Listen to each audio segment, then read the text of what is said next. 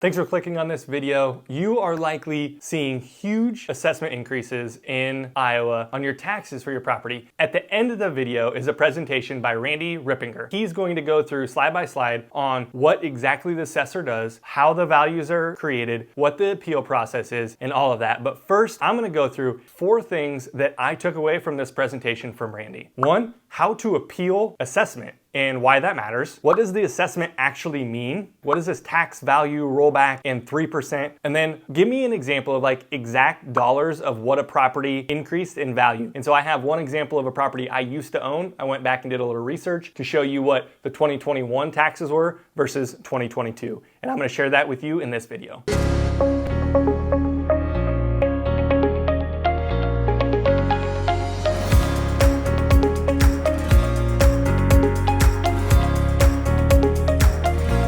Those of you that are new to the channel, my name is Darson Grantham. I'm a local real estate agent here in Des Moines, Iowa, and I work about a radius of 60 miles around Des Moines proper. But in this video, I'm gonna talk about just in general, Polk County and the assessed values that everybody's seeing huge increases on, why this increase is not something that you need to worry about. I see a lot of social media posts about kind of, hey, I had a 20% increase in my property value. I had one guy say he had a $400,000 value increase in his property. In just brass tacks of it, 1, there is an appeal process. If your property is assessed at a value higher than what the property would list for, higher than what it recently sold for, or recently appraised for, you can appeal the process and you can get that assessment value decreased. It's not that hard. I actually did this for a client last year. They emailed me just this morning and they said, hey Darson, we were successful in appealing the value last year with the comps that you sent me. Do you think we can do this on my mom's house? She got a 22% increase. And so I haven't dug in yet, but it's possible. The things to think about are you have to prove that the property is assessed higher than what the actual value of the property is based on comparables, appraisal, or recent sales. There's 2 other things that are ways to appeal. I wouldn't worry about those. Those are the 3 main ways to appeal the assessment of your house. I do not like paying taxes. As you can see, my freedom shirt, like love others, protect their freedom, don't pay unnecessary taxes. I'm a huge proponent of not paying extra taxes, but a lot of these assessments are warranted. Assessments have not increased for 2 years. The last assessment was 8% and they thought that was high. Des Moines has grown. On average, the median sale price has grown over the last 3 years, 7% per year. Do that math, that's 21%. The fact that the assessors are giving us a 20 to 24% increase on average across the board, really not that surprising. Next thing I want to talk about is the rollback and what the heck does that mean? From my understanding, and you'll see later in the slides from Randy, is the legislature in Iowa in 1970 said we don't want the average property taxes to increase more than 3% in a year. What this is telling us is that's what this rollback is on residential properties. Essentially, if your new assessed value would have given you an increase of more than 3% in actual property tax, then it's going to roll back to only being around on average 3%. Whether it's 3%, double that, say it's 6%, it's not the 20% increase in taxes that you're thinking when you say, hey, my value of my property increased 20%. That is not what the actual tax burden on you is going to be this year. Over time, it will happen, most likely, but not in this taxable year. Keep that in mind. And the last thing I wanted to talk about was what are the actual dollars that we're talking? Those of you that live in Polk County, live in central Iowa, you know our taxes are comparatively pretty high. And what we need to think about is specific properties and what the taxes were in 2021 tax year versus now in 2022. I know it's 2023 now, but we are paying taxes for 2022. It's confusing. It's Iowa. Trust me on this one. We are in 2021. I went back and looked at a property that I used to own. It was a 3-bedroom, 1.5 bath on the south side of Des Moines. Pretty standard 1,200 square feet ranch. Nothing crazy. It was assessed at $185. Now, with the new assessment, it's at $218. It actually sold for $225 in June of 2022. We know that it's roughly around that $218, $225 market value. The taxes in 2021 were $4,138. The taxes in 2022, after the $20-some thousand, so just about 10 to 15% tax value assessment increase, the actual tax change is only $10, $4,148, which everyone is all scrambling of like, how is this possible? There was a bigger rollback. That's how this property averaged out. Just because you got a huge assessment increase, you actually need to go to the estimate your taxes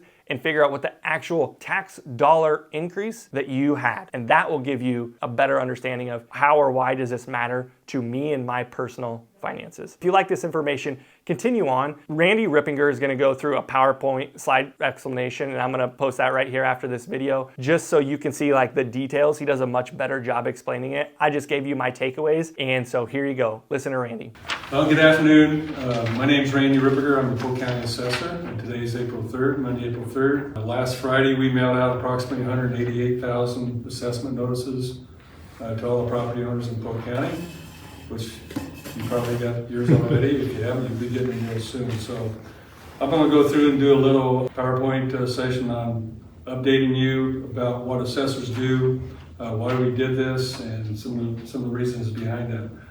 First thing I want to start out though is the Iowa property tax cycle timeline that we have in Iowa. This is probably one of the most confusing things that people have trouble getting their brains wrapped around. So I want to walk through this in a little detail. It's in the PowerPoint slide, and it's also in the handouts, I think, that Darson put out there. So each January 1st, if we go across the top there, each January 1st is going to begin a new assessment year. So the new assessment year is going to begin January 1 of 2021. All the colors are going to be related back to that assessment date, January 1 of 2021. I think that color's pink.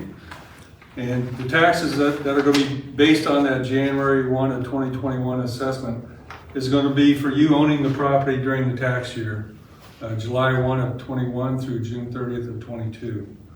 So if you buy or sell property during this time period, then when your property closes, taxes are going to be prorated between the buyer and the seller based on the number of days they own the property during that tax year. So if the seller and the buyer, if the property sold November 1st, then the seller is going to be responsible for the number of days from July 1st of 21 through October 31st of 21. And the buyer will be from November 1st of 21 through June 30th of 22. So that's how those taxes are prorated. And once the tax year ends, June 30th of 22, then the auditor is going to calculate the property taxes for all property owners in Polk County. And then he's going to send that information to the Polk County Treasurer's Office. They're going to mail out your tax bill the last part of August of 2022. So the first half payment is going to be September 30th of 22. The second half payment was last Friday, March 31st of 23. Okay, so everybody's going to be mad already for having to pay that second half property tax March 31st, last Friday. And then to top it off, we're going to be mailing out our assessment notices telling you what your new assessment is going to be for 2023. So from start to finish in our property tax cycle, it's going to be 27 months. It's going to start January 1st and go all the way through March 31st of 27 months later. We're also in the middle of assessment year 2022. Right now we're April 3rd, so we're almost 3/4 the way through this tax year. And once June 30th of 23 comes, then the same thing will happen. The auditor will calculate property taxes for all property owners in Polk County, send that information to the Polk County Treasurer's Office, and then towards the end of August, the Polk County Treasurer will mail your new tax bill. And the taxes based on the January 1 of 22 assessment, first half is going to be September 30th of 23, later this year, and the second half will be March 31st of 2024. So that's how the property tax cycle in Iowa works. Again, it's very, very confusing. We do pay taxes in arrears in Iowa, which makes it confusing because we're kind of going back for the tax year and figuring what the taxes. And that tax money is going to be used for the following tax year, even though it's based on the previous tax year. So that it does get kind of confusing. So I got some important dates. January 1st each year is going to be the assessment date. It's going to start a new assessment property tax cycle. April 1st, if we change your assessments any year, we have to notify property owners by mail by April 1st. So April 1st was Saturday, last Saturday. We mailed, like I said, approximately 188,000 assessment notices on Friday, March 31st. Once you get your new assessments, you have a couple options. I'll get into that just a little bit later in a little bit more detail, but April 2nd through April 25th, you can request an informal review with the assessor, with our office. And if we can sit down and come to an agreement, we both sign a written agreement authorizing the assessor's office to adjust your value. So that's one option that you have to appeal your assessment. The second option is going to be April 2nd through April 30th. There you're going to file a protest with the Board of Review, the local Board of Review. April 30th is on a Sunday this year, so that's going to be extended to the following Monday, which is going to be May 1st. So for this year, 2023, you can file a protest in the assessor's office with the local Board of Review, April 2nd through May 1st this year. Some of those other dates you can kind of look at. I'm not going to really get into them that much. So I want to start out and talk about the basics of what we do, assess value. This is in the Code of Iowa law, Chapter 428.4. The assessment of real estate is going to be the value of that real estate as of January 1st of the year of the assessment. And then what's important is going to be this next sentence. The year 1981 and each odd numbered year thereafter shall be a reassessment year. What's a reassessment year? Reassessment means we have to revalue all property within our jurisdiction. So every odd numbered year in Iowa, assessors have to revalue all property in their jurisdiction. 2023 is an odd numbered year. That's why we're doing it this year. Now the impact of having this biennial reassessment cycle is basically our assessments stayed frozen during that 2-year period from the last time we did it, January 1 of 2021 to January 1 of 2023. So for almost all of us, our assessment doesn't change for assessment year 22. It stayed the same as the 21 assessment. But think back what's happened in the real estate market since January 1 of 2021. We had record low interest rates, and sometimes they were below 3%. We had a severe shortage of homes for sale on the supply side, and we had extremely strong demand. So those three factors right there caused sale prices to keep going up and up and up. In the meantime, our assessments stayed the same. They didn't change at all. So prior to us mailing last week, our previous assessment, the 2022 assessment, we were about 30 months behind the market with that assessment. So as realtors, as investors, pay attention to our values. You know our values are quite a bit below what properties are selling for now and have been selling for the last couple of years. And that really has to go back to this biennial reassessment cycle where we don't reassess every year, we reassess every 2 years, every odd numbered year. Now in Iowa, we have a market value standard, which I think is the gold standard. And the law instructs us what we have to do. We have to assess property at 100% of its actual value. And the actual value is going to be the fair and reasonable market value of the property. And it gives us a statutory definition of market value. It's going to be the reasonable and fair exchange in the year in which the property is listed. And value between a willing buyer, willing seller concept. Both of them are knowledgeable to all the facts pertaining to the property, which a lot of times in the real world that doesn't happen. You may not have a well-informed buyer or a well-informed seller. And neither of them are going to be under any compulsion to buy or sell. So market value, it's important to remember, it's an economic concept. It's not a fact. You can't directly observe it like you can a sale price. What it is, it's a professional estimate or professional opinion from our office on what the market value of your property is based on this definition. Now, the law also tells us, or has a preference for comparable sales if they're available that we use when we assess your property. We're going to be looking at comparable sales that are in normal transactions reflecting market value. Those are the best proxies that we have for market value when we assess your property. So we spend a lot of time verifying our sales. We make sure our information's right on it. We try to get into what motivated that buyer to pay that price for that property, what motivated the seller to accept that price for the property. So we try to talk to at least one party to the transaction, sometimes two, sometimes three. Sometimes we talk to realtors or we talk to attorneys, and sometimes lenders too. It also tells us some transactions that we shall not take into account. Example here is going to be foreclosure sale. We're not going to take that into account when we assess your property. Sales, for example, to a family member, we'll kick those out of our study too. Okay. Now, most of you, when you buy a home, the lender will want a single property appraisal done on that property to make sure it's a good investment for that bank to invest in. Single property appraisal, the appraiser appraises one property at a time as of a specific date. What we do in the assessment world, we do mass appraisal. We value a universe of properties as of a specific date. In doing so, we use common data, so we collect the same information on every house or every property. Standardized procedures, these are going to be mathematical models that we can develop to predict value, to predict sale price. And then on the back end, we do statistical testing on our models to make sure they're working like they're supposed to. We also do testing on the variables that come into the model equation as well. So that's the main difference between a fee appraiser and a mass appraiser like assessors are. And we value, it's like throwing a dart at the dartboard. We throw 188,000 darts at the dartboard on one throw. A single property appraiser will throw one dart at the dartboard.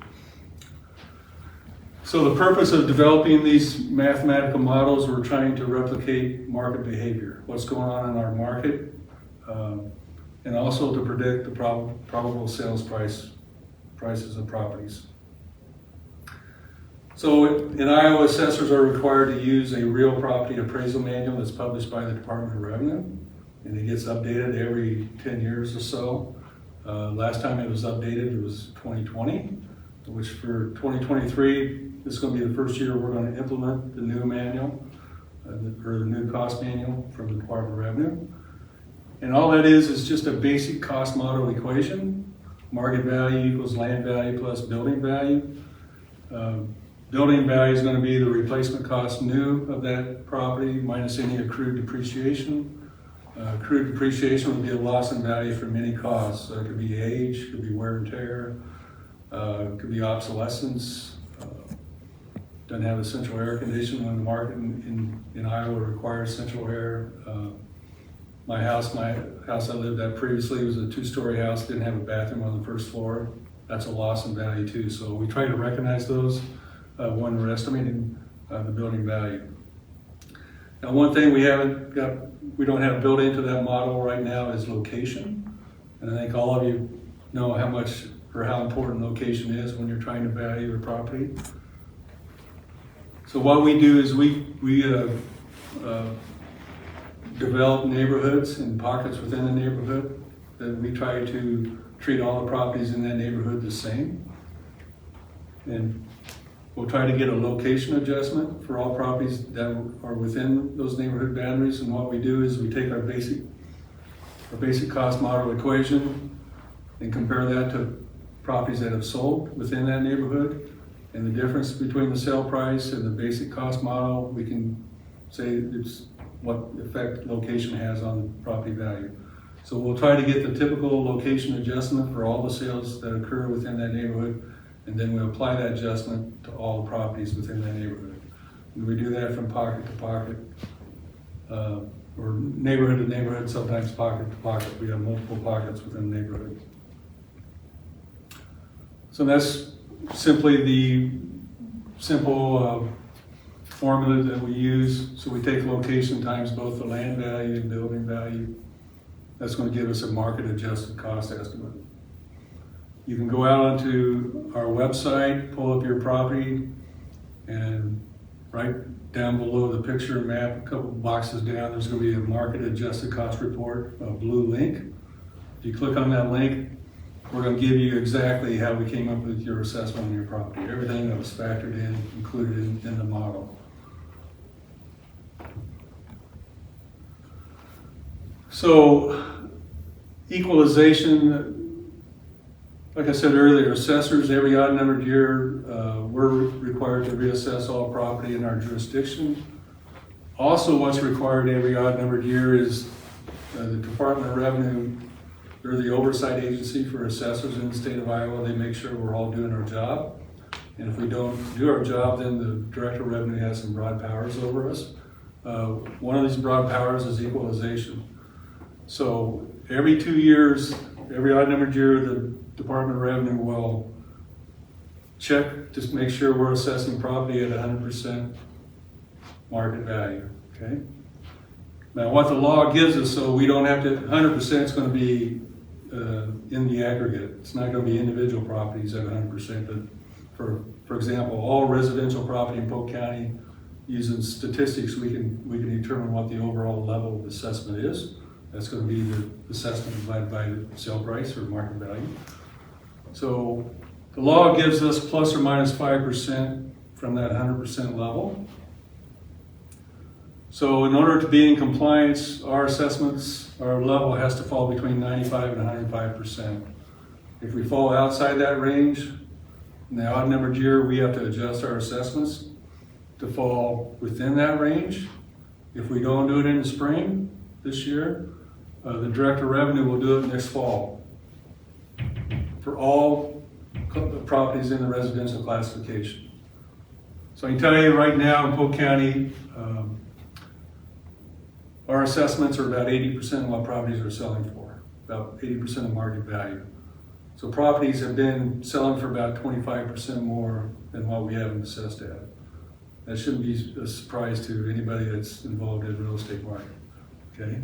So we have to adjust our values for 23. If we don't do it, the Director of Revenue will do it next fall for us. If the Director of Revenue does it, it's going to be 25% across the board for all residential properties in Polk County. That 25%, you get that by taking 100% divided by our overall level right now, which is 80%. To get 80 up to 100%, you got to add 25%. So that's pretty important to remember as a property owner. Assessors were required to adjust our values. If we don't do it, you got the Director of Revenue will come in the fall and do it for us.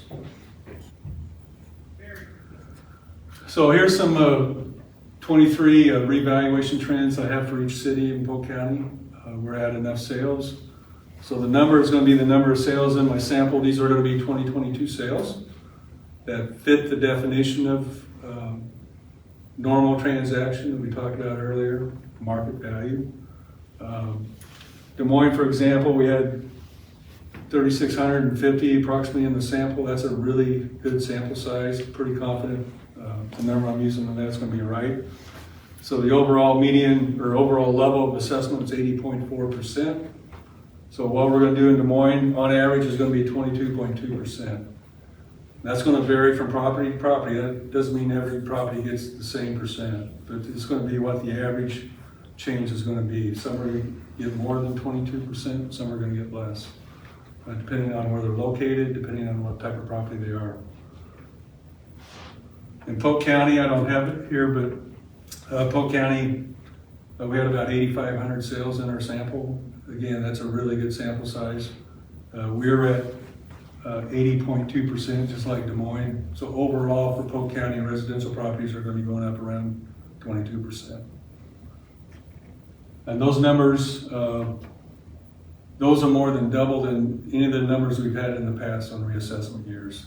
More than double. I mean, the last 2 years have just been incredible as far as what's happened in the real estate market. I've worked for Polk County Assessor since 1980.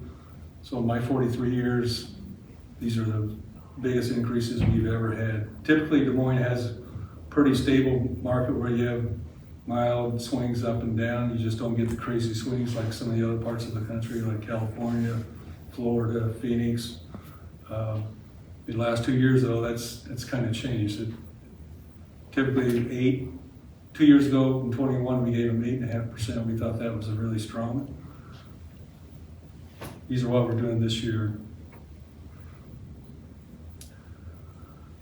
Now the good news is in Iowa we have a thing called the residential rollback. It's an assessment limitation, a system put in place back in the late 1970s when property values were going up double-digit percentages yearly, not every 2 years, but yearly. And they put that in to cushion the impact of inflation. Back in the late 1970s, that was a 6% limitation. Somewhere along the line, they changed it to 4%. Then in 2013, they changed it to 3%. And what that does is the statewide total taxable value for all residential property can only grow 3%. If it grows more than 3%, then the residential rollback will be adjusted downward to make sure 3% will be the most it can increase in any given year. And that's really, really important. The Department of Revenue, they're the ones that computes the rollback or the assessment limitation percentages. And then county auditors will take our assessments, multiply it times the rollback percentage. That's going to get taxable value. And they're going to do that for every residential property in Polk County. So again, right now, taxable value, total taxable value statewide, which it's around $220 billion right now. It can only grow 3% each year. It can't grow any more. So again, the rollback calculation then is going to determine what percentage of a property's assessment or property's value is actually going to be taxed. So right now, the rollback is around 54%. Oops. So let's say you have a house assessed at $100,000. The rollback times 54%, you're going to be paying taxes on $54,000, not the $100,000. So again, it's assessed value times your rollback percentage, that gets you to taxable value. Now, every fall you're going to get a tax statement from the Polk County Treasurer's Office. And this is mine, one I got. Again, when I got this last fall, we're still in assessment year 2021. So they got the 2021 assessment information, and they're going to have the prior year as well, 2020. Again, these are on your tax statements, so make sure you take a look at this every year when you get this notice from the Polk County Treasurer. Notice my assessed value for 2021 is $291,900. The previous year in 2020, it was $276,100. Now, to get to the taxable value, then you're going to take that number times the rollback percentage, which was around 54%. It's a little bit more than 54%. And that's how they got the taxable value of $158,006. That's what the taxes are going to be calculated on that taxable value number, not the assessment. So now we just take your taxable value times your consolidated levy rate, which mine for 2021 assessment year is 39.1819. That's going to give me the gross taxes. And from the gross taxes then, I got a homestead credit, saved me $190. So my net tax was $6,000. Half of that will be paid last September, $3,000, and the second half is paid last Friday, March 31st. Again, and you got a previous year that you can compare that to as well. So in this example, my assessment went up approximately 6% for the 2021 revaluation or reassessment, but my taxable value only went up 1.5%. It didn't go up to 6% that my assessment went up. So to try to help you understand better, I'm going to look at the 2023 reassessment and compare it to the 2022.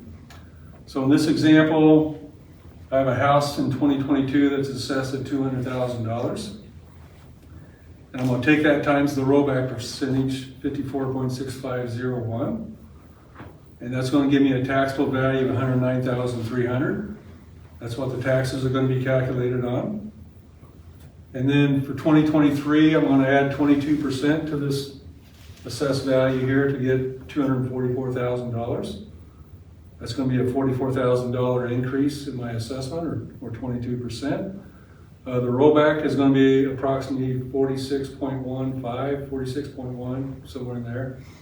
If I take that new assessment times the rollback percentage, I get $112,606 on my taxable value.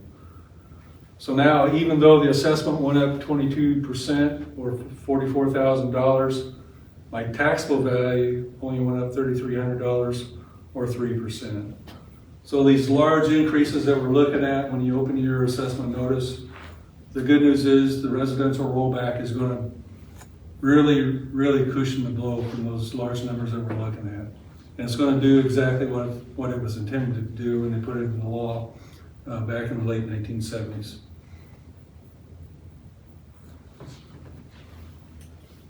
So again, 2023 is an odd numbered year, so we have to reassess all property. Last Friday, we actually mailed out just under 188,000 assessment notices. So now I'm going to get into a little bit more about the appeal process. That's one good thing about the property tax you don't get with the other taxes. You have a right to appeal the basis of your tax. You don't get that with the sales tax. You don't get that with the income tax. Property tax you do. So we take it pretty seriously. We think it's kind of a big deal. Everybody gets to be heard by the local board of review. But the first option property owners can have from April 2nd through April 25th, they can request an informal review with our office. And if we can sit down and come together as far as agreeing on a value, then we'll both sign a written agreement authorizing our office to adjust your assessment. Again, all those have to be signed by April 25th. So the sooner you get your request to us, the more time we're going to have to analyze your situation and maybe be able to help you out. If you come to us on April 24th or 25th, we're just going to tell you to file a protest with the board. We just won't have time to do it. Now the second option is you're going to file a protest with the local board of review. That's going to be April 2nd through April 30th. This year it's going to be May 1st because April 30th is on a Sunday. And you must file that within our office by May 1st. It has to be postmarked by May 1st, time stamped if you're going to fax it to us or email it to us. And there's going to be 5 grounds that you can file a protest on in Iowa. One of those grounds is not, my taxes are too high. All of our taxes are too high. That's not really a legitimate ground to file a protest. So we're going to go through each one of those grounds. The first one is going to be, my assessment's not equitable with other similar properties in my area. So you're going to want to bring evidence to support that. So you're going to go out and look for similar properties to yours that are being assessed lower than your property is. Okay. The second ground is going to be you're assessed more than the value authorized by law. That value authorized by law is going to be market value. Okay, so there you're going to find if your property sold recently, the sale price, if it's below our assessed value, you probably want to use that. If you just bought your property and you had an appraisal done on it, or you just had an appraisal done on a period, they'll use that appraisal and take a hard look at it if it's below the assessed value. Also, you probably want to go out and find comparable properties that have sold recently, comparable to your property. Look at what they're selling for compared to your assessment, and use those then as to present evidence to the local board to help them make a decision on your appeal. The third ground for filing a protest, the property's not accessible, or you're requesting an exemption, or it's misclassified. Misclassified, we'll get into that every once in a while. A lot of people want to be classified agricultural because they get preferential treatment in our property tax system in Iowa, just like in every state. So we'll see number 3 quite a bit. People saying I'm residential or I'm commercial, I should be agricultural. So you need to provide evidence to help support that claim when you go to the board. The fourth ground is there's an error in the assessment, and this could be a lot of things. Your realtors, you look at our assessments every day, you know we have errors out there. Anytime there's an error and it affects your assessment, you want to put that down. This could be a listing error, we got your square footage wrong, we got your year built wrong, garage size, anything like that where there's an error that's going to affect your assessment, you want to put it down. Now, the nice thing about this ground is the Board of Review can have the authority to go back and change a prior year assessment as well. as long as the taxes haven't been fully paid on that assessment. So for assessment year 2021, we just started out with, we just finished paying our second half payment Friday. So the board will not have authority to go back and change the 21 assessment, but they will the 22.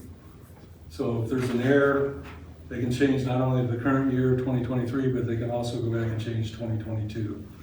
Just with this ground only, error in the assessment. And the last one is, there's fraud in the assessment. We don't see that very often. I don't think anybody's had any success with that. So those are the 5 grounds you use when you appeal your assessment to the local board of review. Or if you do the informal review with us, you're going to still look at those 5 grounds. You can use 1 or more grounds. You're not limited to just 1.